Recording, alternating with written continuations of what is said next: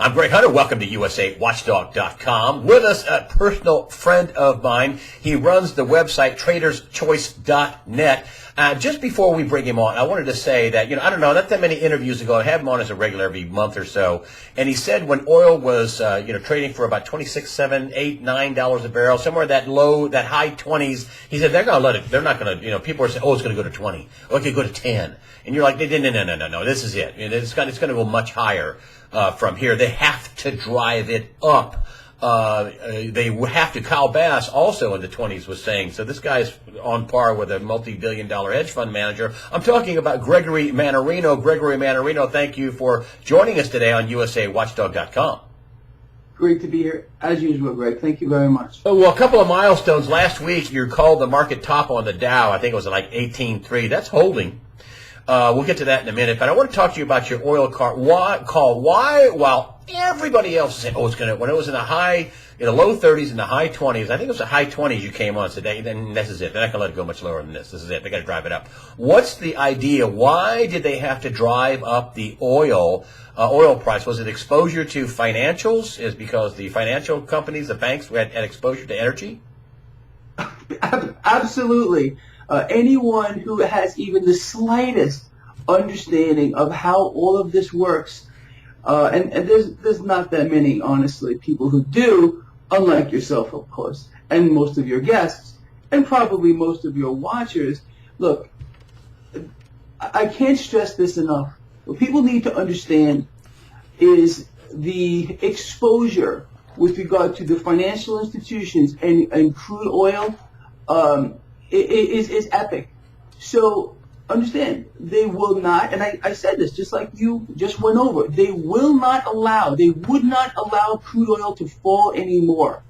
Because if it were to fall, we would start to see defaults with the major banks. Again, they control everything. And that's the reason why they had to engineer something to push crude oil higher. Let me just go over this real quick, Greg, so people can get a handle on how they worked it, because it's absolutely incredible. So what do we know? Crude oil hit around $28 a barrel, and then all of a sudden, just out of nowhere, we started to hear about the possibility that there was going to be a production cut out of OPEC. I said, no way, what's going to happen? I said it on my own blog. Well, you called me on the phone and told me the same thing. Exactly. It's crazy. So they introduced speculation into the market. That's all they did. So what happened? Soon as this started being reported by the mainstream, whammo! Here come the people speculating, buying crude oil, putting a bottom in. Crude oil went up, up, up, up, up, up, up. So again, they knew there was not going to be a production cut. They knew it. They just introduced this to have speculators into the market. So how did it play out? There was no production cut. Big surprise, huh? But the market still maintained, its upward trajectory with regard to crude oil. And what else followed, Greg? Miraculously, the stock market went higher with it as well. Financials started to recover. They are absolutely connected and absolutely linked here. It's crazy. You're saying that they needed to improve the oil companies' cash flow so they could pay their bond debt. Is that what you're telling me? Absolutely. Again, but it also is this, Greg. It's playing into the illusion of the stock market, and I can't stress that enough either. I've been speaking about this forever. Most people out there simply know one thing, Greg, and that is to look at what the stock market is doing to gauge what they believe the economy is doing. So people think, hey, stocks are near all-time highs, so the economy must be doing well. They need to keep the illusion real, but it's not real, Greg. If they wouldn't have driven the price of oil up, and you were adamant about this, you were like, "This is no way. They're going to drive. They're going to find some way to drive it higher." What is it? Almost double the price. It hit the 50s, right? And I don't know if it's going to stay there, but it hit the 50s. Mm-hmm. And what would have happened if they wouldn't have engineered this market turnaround for the oil market? What would have happened to the financials, the banks who loaned all this money on energy and fracking and drilling and whatever? Well, I mean, it's a no-brainer. They would have gotten crushed, and we would have seen defaults. We would have seen the market, probably be thousands of points lower than it is right now today. Again, it just plays into everything that we're talking about. Look, what people don't get, Greg, they're not going to allow, or they're going to, let me put that in a different way. They're going to try everything imaginable and things that we can't even think of yet, so far out of the spectrum of normal thought process, to keep this market higher, Greg, and that includes criminal activity. Speaking about crude oil, I have no doubt in my mind that I started talking about this the day that we heard about it. That Canadian wildfire was a deliberate act. We already know it was arson. That's right. At the beginning. It was reported arson. Yeah, right at the beginning, they kept talking about the fire. They were not the mainstream was not mentioning what caused the fire at all. It took a week to come out. I was like, well, why aren't they talking about it again? What did that do, Greg? It vaulted crude oil higher once again. Because the wildfires were around the oil facilities. Absolutely. It was a deliberate act. This is what I just spoke about. They will do things that we cannot believe, that seem so far-fetched and so out of the realm of normal thought processes. We're going to say, hey, anyone saying something like this is a conspiracy theorist, but it's a fact. What happened the day after the fire? They ousted the Saudi oil minister. What did that do? Up goes crude oil. Up goes the financials. Up goes the stock market. If anyone is that blind, that can't see what's right in front of their face, well, their problems are a lot deeper than I can't even imagine. Well, Saudi needs a higher price for oil, too. I mean, and this is something that you have told me over and over again about the bond market. Watch the bond market. It's orders of magnitude bigger than the stock market. The action is in the bond market. And what happened? Saudi debt got downgraded by Moody's, also other downgrades. Deutsche Bank downgraded. Puerto Rico, of course, I don't know if they're downgraded because their debt's being reorganized. They're basically defaulting, or they're calling it a haircut. Credit Suisse downgraded. I mean, they only went from A to A minus, but still, all these downgrades are happening because these institutions and countries and sovereigns are flush with cash and making all their payments, right? What's going on with all this? And this is just a few of the downgrades I came up with. What's going on with all these downgrades of debts and credit? Greg, it goes back to the premise that I've been speaking about since I sat down in front of a computer, really, and that is this issue of global debt. It is insurmountable. It can never be paid back. It is the greatest threat to humankind. The existence of humanity, really, is hinging on the debt market at this point. They have inflated a bubble here. The debt can never be paid back. The debt is no good. I think that the realization of that is not too far off for the overall markets. Without any doubt. So these debt downgrades like Deutsche Bank, which is scary. I mean, their stock's up a little bit. It was 14, that was 17. I mean, if you look at it, Deutsche Bank in a schematic compared and overlay with Lehman Brothers and it's just all down. I've seen it. It's amazing. Yeah. It looked like a mirror image almost. Is this just the tip of the debt default iceberg? Absolutely. Look, who else are we hearing from? None other than Bill Gross. Bill Gross, the bond king. This guy made billions going long bonds. He's now going short bonds. He's going short debt, Greg. So what is this telling everyone? I mean, this guy manages 1.3 billion. I could be off by a billion. He's a Janus now. 1.3 billion in bonds here, and he's warning everyone. Hey, look, I'm going short this market here. Look, people have to understand. We are existing in an environment that is not real. And we talked about this, I believe, in our last interview, that world central banks have flipped the system upside down, gone negative, suppressing interest rates here, inflating this bubble in debt that is absolutely epic. And every other bubble, and there are multiple bubbles everywhere, is connected to it. The stock market is one of them. We have inverse bubbles, and I'm referring to gold and silver here. And all of this, Greg, is going to correct to fair value. I've said this about 1 billion times on my blog and on your show here. It's going to correct to fair value. It's going to feel like the mother of all collapses, but Greg, all it is the market correcting itself to fair value. And everything is hinged. And I mean every asset you can think about, or anybody watching this can think about. It's all linked to the debt market, the bond market. Everything prices off of what is occurring in the bond market, whether it's a house, whether it's currency, whether it's anything. So when you have, again, world central banks who are artificially suppressing debt, not allowing the free market to determine fair value for this asset, what is that going to do? It's going to create malinvestments across the spectrum of every single thing you can imagine, and distortions of magnitude that are hard to imagine. So this is why you got people like Bill Gross now, screaming at the top of his lungs, something is wrong in the bond market. People start paying attention. I've been saying this for years now. He actually blurted out and this was reported late last week, and I couldn't believe he said this. The system itself is at risk.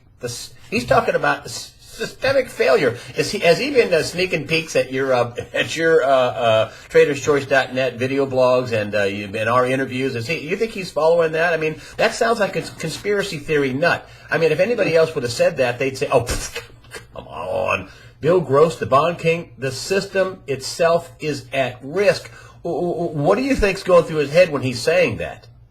Well, look. He's not stupid, quite frankly. We all understand that. He sees the writing on the wall. Anyone that doesn't see the writing on the wall is blind and living in some kind of a delusional reality. No part of where we're existing at this particular time is real or sustainable. It's going to correct, Greg. Look, no one had any idea, including myself, how desperate world central banks would get with not just QE1, then QE2, then Operation Twist, and all kinds of other backdoor mechanisms to keep this propped up, flipping the whole system upside down. No one would have imagined that. I would never have imagined it. And that's why this has gone on so long. But understand, all they have done by, again, that term that you use, and I happen to love, orders of magnitude, made this so much worse. There's no way out of this, Greg. And I sit here every day and ponder what can occur, and it always unfolds to me in a worst case scenario. This is what you have, again, Bill Gross. And who else did we hear from today? Yesterday, I think it was, the Prime Minister of Japan. He's calling about a global Lehman Brothers moment. So look, it's not just you, it's not just me anymore, it's not just Peter Schiff and a lot of other guys. It's even big guns now saying the same thing. What does that tell you, that when people like Bill Gross and the top leaders in Japan are talking about a global Lehman Brothers moment? I mean, what does that tell you how close it is, and what are they saying? So this must be common knowledge in all their circles. They must look out over the landscape and say, this is common knowledge. We're not going to cause a crash because everybody knows this. How close, when you see these big names like, the folks in Japan, or whether it's Bill Gross, how close do you think things are when the mainstream people start coming out talking Lehman Brothers moments and the system itself is at risk? How close do you think we are? Greg, we've been teetering on this edge for quite a long time. It should have, if they did not resort to absolute desperate measures, and again, I can't stress this enough, so desperate that they flipped the system upside down. Again, we have to be on that edge, and we still are maintaining that edge at this particular time. It's just a matter of, who knows, days, hours, months, who knows when this actually rolls over. But there's no stopping it. There is no stopping it whatsoever. All they're going to do, or attempt to do, Greg, is sustain it a little bit longer, and it's only going to make this worse. The whole correction to fair value, again, which is going to seem like the mother of all collapses. It's not a collapse in that sense. It's a correction to fair value, because everything is just so out of the realm of reality. There's no price discovery mechanism behind anything. When I see these, like you're talking about, the words coming out of Japan that we can have a global Lehman Brothers moment, or real gross, the system itself is at risk. And then I hear the Fed governors come out, hey, the June meeting's live. Oh, hey, we could have a quarter point rate. Well, there might be a rate increase. I'm thinking, When does this not work anymore when they don't do it? Do you think they're going to raise rates when you have the bond king, Bill Gross, saying the system itself is at risk, and other high-ranking officials in Japan saying that we could have a Lehman Brothers moment? They're going to bump up rates. You saw how well that worked in December. We had the worst stock market opening ever. What do you think about that? The Fed saying that they're hinting at raising interest rates. Greg, this is what I think is going on. I think the Federal Reserve is playing a very dangerous game with the market, and I mean it's a game. Let's put that into a perspective here. So, we hear that there's going to be a possible rate hike. How does the market react? The market pulls back. Then a day or two later, we get another Fed president coming out saying, well, hold on a second, it might not be June, and then the market goes back up higher. So what they're doing is, again, this is without any doubt in my mind, a direct collusion between the investment banks who run the Fed and the Fed itself. They're creating this moment where the market is doing this. So what's happening? These institutions are buying calls, collecting cash here, buying puts as the market goes down. So they're fostering the wealth transfer even more. This is just more of the same, Greg. The Federal Reserve is a serial bubble blower, and what they're doing now is they're putting these little bubbles in there too, so all this cash can be collected. And look, it's not just the big banks that are capitalizing on all this. Look at if people are interested, look at what I'm doing on my website. I'm telling people what to do. I've been buying calls, buying puts, buying calls, buying puts, because I know what they're doing. We know their playbook, Greg.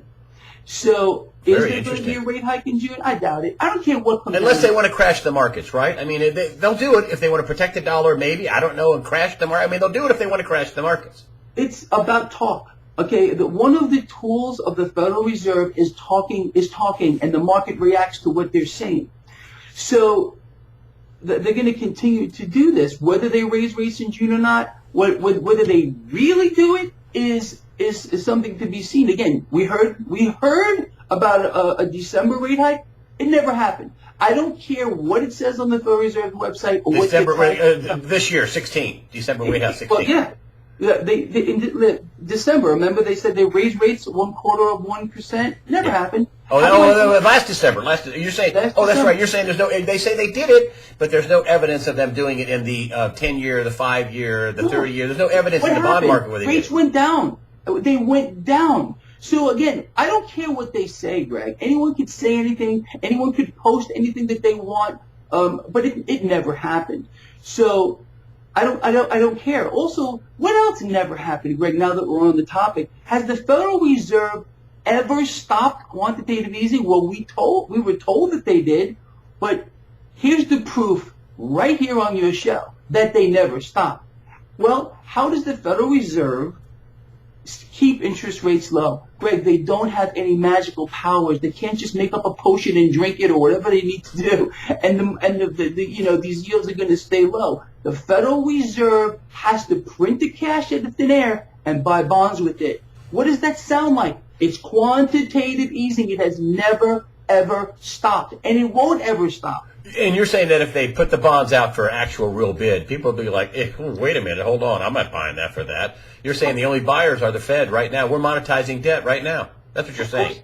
We're printing money to buy bonds. We're basically monetizing debt. We're basically creating an inflation type scenario that's going to be off the charts. Well, that's what they've been, by their own words, this is what they've been trying to do for years upon years upon years, try to stimulate an environment where we have some type of inflation. But look, how can we have, again, let's go back a moment. We keep hearing about how the U.S. economy is doing well. How is that even possible from a common sense standpoint when we have a labor force participation rate still at a 4-decade low? We have a money velocity rate at a 4-decade low. If cash is not moving through an economy, you cannot have a recovery. If we have more people leaving the workforce that are entering it, you cannot have a recovery. So it's all part of the illusion. Again, the illusion of the stock market must be kept real. So I'm just waiting for what they're going to do next here to prop it up even further. or at least stop it from a precipitous plunge, which is coming no matter what they do. Again, the debt market here is on fire, in my opinion. Let me bring up one more thing. On fire? What do you mean on fire? On fire that it's in trouble.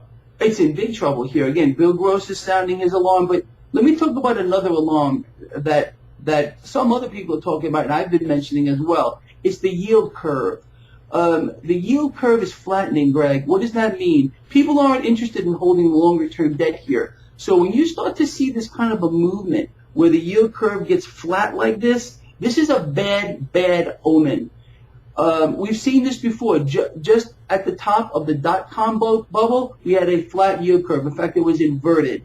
We had the same thing happen in the 2008 meltdown. Yield curve went like this, inverted. We're starting to see this movement here at this point. That flat yield curve, to me, is a very ominous sign that something is lurking just beyond the horizon here, just like Bill Gross is warning just today, and just like how the Japanese Prime Minister was saying a Lehman Brothers moment, Greg. And like you said, do you think these people aren't talking about this among themselves? Janet Yellen, too? Yes. Of course they are. Yes, emergency meetings at the White House with the Vice President and President.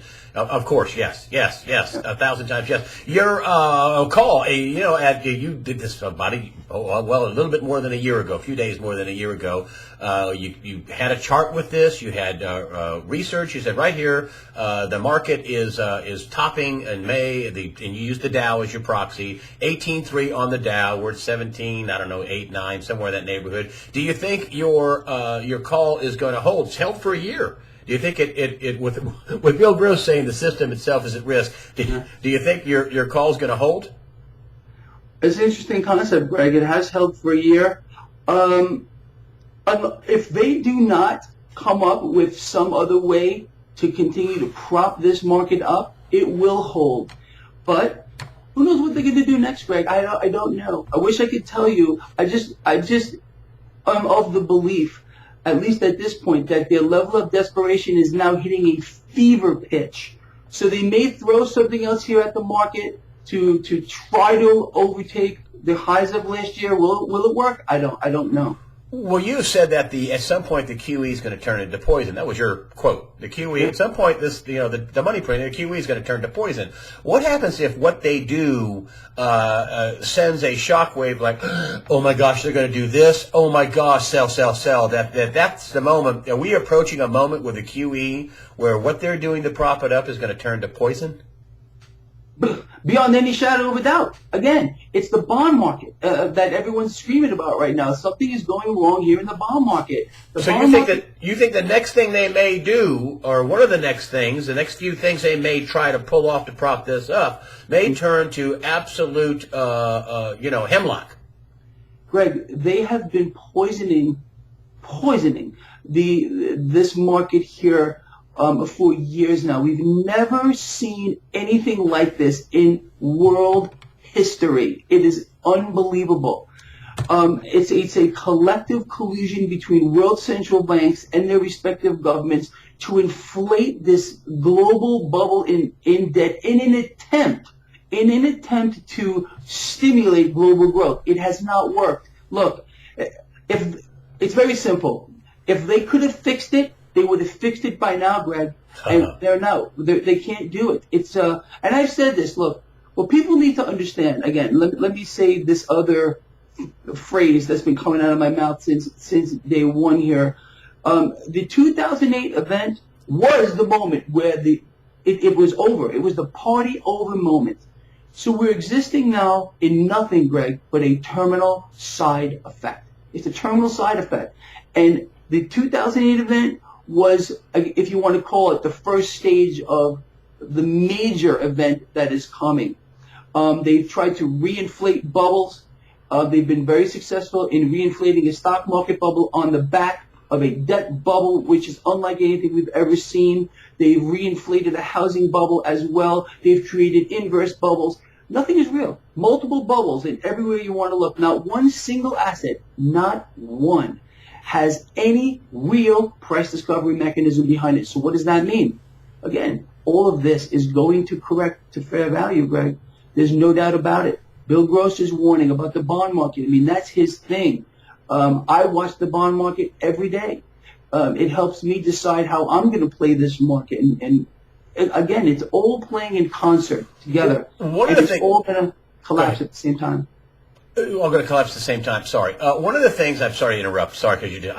Very interesting. Very, very interesting. And I want people to point out, because people are like, well, he's trading the market. Well, I tell people not to trade unless, you're Greg Mannarino, unless you're a real trader. But what you're doing is that you're sweeping your profits. You don't let this stay in the brokerage. You have X amount of money to play with, to trade with, and then that money comes out, and then you put it in your house, or you buy a car, or you put it in gold or silver or artwork or whatever tangible that you can come up with. Isn't that what you're doing? And when you're trading, you are really hedging yourself with physical assets.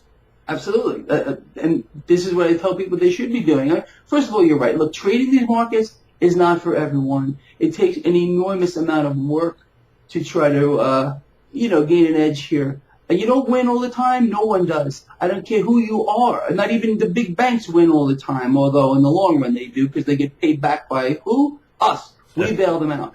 So, but yes, absolutely. I have X amount of money that I keep in my trading account. When it exceeds that, I sweep it out and I convert that into hard assets. It's a very simple process. It's what I've been doing for years upon years. It's what I will continue to do, because I think it's the best way to play this. Look, people do different things in life to, try to get a handle on what is going on. This is how I play it. And it's not right for everyone, but I do believe this. And I've said this forever. What people need to understand, and what we're all talking about here, is a not sustainable environment that is getting worse, monumentally worse every single day. So we need to be betting against that debt. We need to become our own central bank. That's it. I think the biggest problem people have trading is they never expect to lose. And when I hear you, you're always like, I'm percentage-wise, here's the percentage I think I'm going to lose, and here's my stops, and here's this. And we talk to each other all the time. Yeah. I mean, you might call me 3, 4, 5 times a week. Yeah. And you tell, hey, did you think about this? Hey, did you hear about that? Hey, here's what I've been thinking. This is your brain. It's running on, it's got fast and faster and sleep. That's it. There's no in between. It's probably running fast when you're sleeping. But anyway, people don't realize how much work that takes. I just want to caution people, if you want to do the work and you're smart and you have it, you can do it, and you can, basically factor in you're going to lose. Good traders factor in they're going to lose. Bad traders think they're always going to win. You can't always win. I don't care. There's no way to do it. That's just part of the cost of business. You have to understand not every one of your trades are going to go the way you want them to. So, but there's ways around that. There's ways to minimize losses in this business. I mean, just for example, if anyone's looking to trade, let's say someone has X amount of dollars that they're looking to invest in stock XYZ here. First of all, I trade options. I trade the derivative. I don't trade the stocks themselves. So I always enter a small initial position, like a half position. Let's say I got $10,000. I'm going to invest in option in XYZ. I never, and I mean never, take that whole $10,000 and throw that into one trade. I'll take about half of it. I'll put it into that trade. I'll see where it goes. If it goes in the direction I want it to, I will add to it as the momentum builds. If it goes against me, I will close that position with a minimal loss. This is the key to this in trading here. But again, it's not for everyone, like you said, and that's fine. Not everyone should be trading this market here. In fact, very few people should be trading this market, because there's a lot of sharks out there, and you don't want to get caught up in it. But the most simple way for the average guy and the average girl is simply to bet against their system. Understand it's not sustainable. That means holding hard assets, like we spoke about on our very first interview, Greg. It was about holding hard assets, and this was years ago, and we're still talking about it today. So that says something to me. You got to know when to hold them and when to fold them, as the song says, and that is an art form. Yes, it is. It is. Gregory Mannarino, traderschoice.net. Gregory Mannarino, thank you for joining us today on USAWatchdog.com. Great to be here. Thank you again.